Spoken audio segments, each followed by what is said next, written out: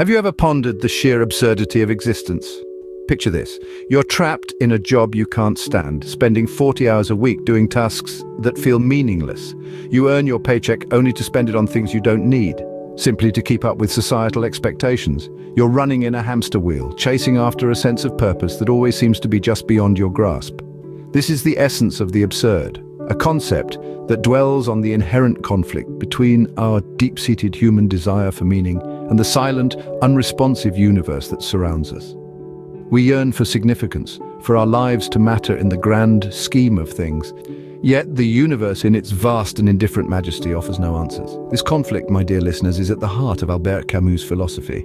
So how do we respond to this absurdity? Camus suggests three options. First, there's physical suicide, a complete rejection of life and its absurdity. But Camus saw this as an extreme, a surrender rather than a solution.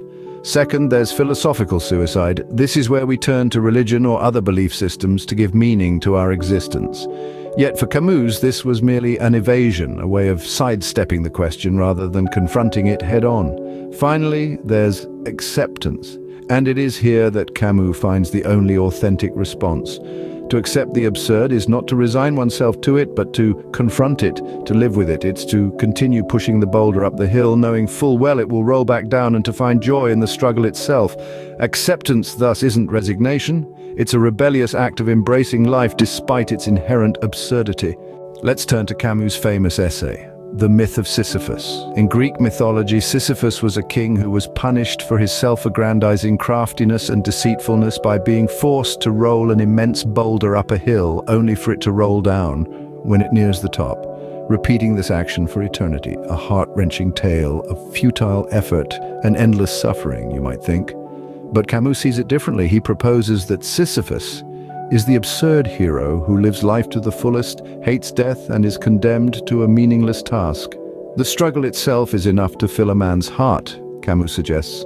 The laborious task, repeated time and again, becomes Sisyphus's purpose. His existence is not about reaching the pinnacle, but about the journey to it, the exertion, the struggle, the sweat. He embraces his fate, finds joy in his toil, understanding that the struggle toward the heights is enough to fill a man's heart. Camus uses this ancient myth as a metaphor for human life. We are all Sisyphuses, pushing our own boulders, striving for things that often seem just out of reach. But it's not the attainment of the goal that matters, it's the striving, the struggling, the living through the ups and downs that gives life its meaning. Much like Sisyphus, we find our meaning not in the end goal, but in the journey itself. In conclusion, Camus challenges us to embrace life's absurdity and find joy in the struggle. Remember, life, according to Camus, is a constant Sisyphean task. Yet within this seemingly hopeless endeavor, we can carve out meaning and happiness. Consider how you can apply these principles in your daily life. If you found this exploration of Camus's philosophy intriguing, please give us a thumbs up and subscribe for more philosophical journeys. And don't forget to leave a comment telling us which philosopher you'd like us to cover next. Until then, keep questioning, keep exploring, and above all, keep embracing the absurd.